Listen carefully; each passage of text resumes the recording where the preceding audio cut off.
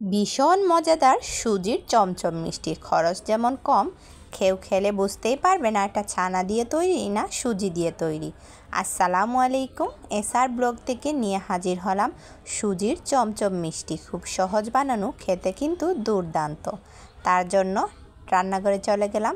চুলার মধ্যে একটা কড়াই বসিয়ে দিয়েছি। কড়াইটা গরম হয়ে আসলে দিয়ে দিব 2 টেবিল চামচ ঘি। অবশ্যই ঘি দেওয়ার চেষ্টা করবেন, তাহলে মিষ্টির আসল স্বাদ পেয়ে যাবেন।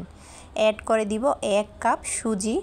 আর সুজিটা দিয়ে ঘির সাথে ভালো করে নেড়ে ছেড়ে এটাকে ভাজতে থাকবো প্রায় 5 মিনিটের মতো। অবশ্যই এখানে আগুনের দিকে লক্ষ্য রাখবেন যাতে সুজিটা পুড়ে না যায়, এবং সুন্দর মতো একটু হালকা ভাজা ভাজা হয়ে যখন সুন্দর একটা অ্যারোমা বের হবে তখনই বুঝতে পারবেন আপনার ভাজাটা কমপ্লিট। এড করে দিলাম 2টা এলাচ, একটু ফাটিয়ে দিয়ে দিলাম। এবার দিয়ে দিব 2 কাপ, আরও হাফ কাপ, 2.5 কাপ লিকুইড গরুর দুধ দিয়ে নেড়ে চেড়ে সুন্দর করে আমি এটাকে জাল করে নিব। হালকা জাল হতে হতে তার সাথে অ্যাড করে দিব প্রায় ভরে ভরে, এখানে আমি 4 চামচে দিয়ে দিলাম 2 টেবিল চামচ চিনি। তো এটা হচ্ছে স্বাদ অনুযায়ী আপনি কতটুকু চিনি খাবেন না খাবেন। তো আমি দিয়ে দিলাম একটু লবণ। নেড়ে চেড়ে মিশিয়ে নিয়ে আমি একটা বাটির মধ্যে ঢেলে একটু ঠান্ডা করে নিব। তো এখনও কিন্তু বেশ গরম। আমি হালকা চেপে চেপে এটাকে এলাচগুলি ফেলে দিব, এবং মিষ্টিটা কিন্তু চেক করে নেবেন, আপনাদের বেশি চাইলে বেশি খেতে পারেন। তো আমি এটাকে ঠান্ডা করে ভালো করে নিয়েছি। এবার দিয়ে দিব 1 টেবিল চামচ ঘি, আর দিয়ে দিব এখানে 3 টেবিল চামচ গুঁড়া দুধ। এখানে গুঁড়া দুধ যত দিবেন তত টেস্ট পাবেন। এবার একসাথে সবগুলি উপকরণ সুন্দর করে মুথে নিব। এখানে যত ভালো করে মিশাবেন তত কিন্তু মিষ্টিটা খুব সফট হবে। তো একটু সময় নিয়ে ভালো করে এটাকে মিশিয়ে নেবেন আস্তে আস্তে, তাহলে দেখবেন মিষ্টির তত সফট এবং খেতেও ভীষণ মজাদার হবে।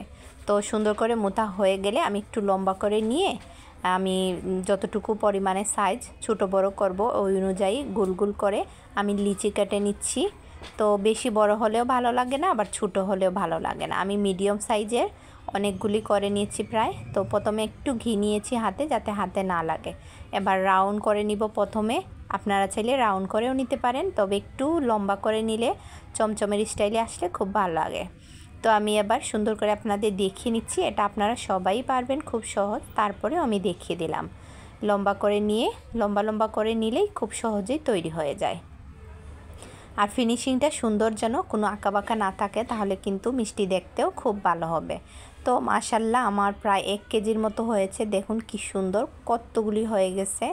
তো এবার এগুলিকে আমি ডাইরেক্ট চুলার মধ্যে চলে যাব, এবং এইখানে আমি একটা হাঁড়ির মধ্যে বেশ কিছুটা পানি দিয়ে পানিটা ফুটিয়ে নিয়েছি, এবং এইখানে একটা ছিদ্রযুক্ত ছাঁকনি দিয়েছি। ছাঁকনির মধ্যে আমি একে একে সবগুলি এখানে চমচম দিয়ে দিব সুজির তৈরি, দিয়ে আমি এটাকে অনবরত 5 থেকে 6 মিনিট জাল করে নিব। কারণ এটা তো রান্না আছেই, জাস্ট আমি একটু গিয়ে এটার সাথে একটু সিদ্ধ করে নিব। তো আমি এবার নামিয়ে ঠান্ডা করে নিয়েছি। আমি এবার নিয়েছি এইখানে বেশ কিছুটা গুঁড়া দুধ, আর গুঁড়া দুধের মধ্যে একটু কোট করে নিব। দেখতে এবং খেতে দুইটাই কিন্তু বেশ লাগে। তো আমি সুন্দর করে দেখুন কিভাবে করে নিয়েছি। নেওয়া হয়ে গেলে একে একে সবগুলির মধ্যে আমি দুধ লাগিয়ে নিব। আমার সবগুলি মোটামুটি মাশাল্লাহ রেডি হয়ে গেছে। দেখতে কিন্তু খুব সুন্দর, চমচমের কেনা চমচমের মতোই মনে হচ্ছে, খেতেও কিন্তু মাশাল্লাহ ছিল।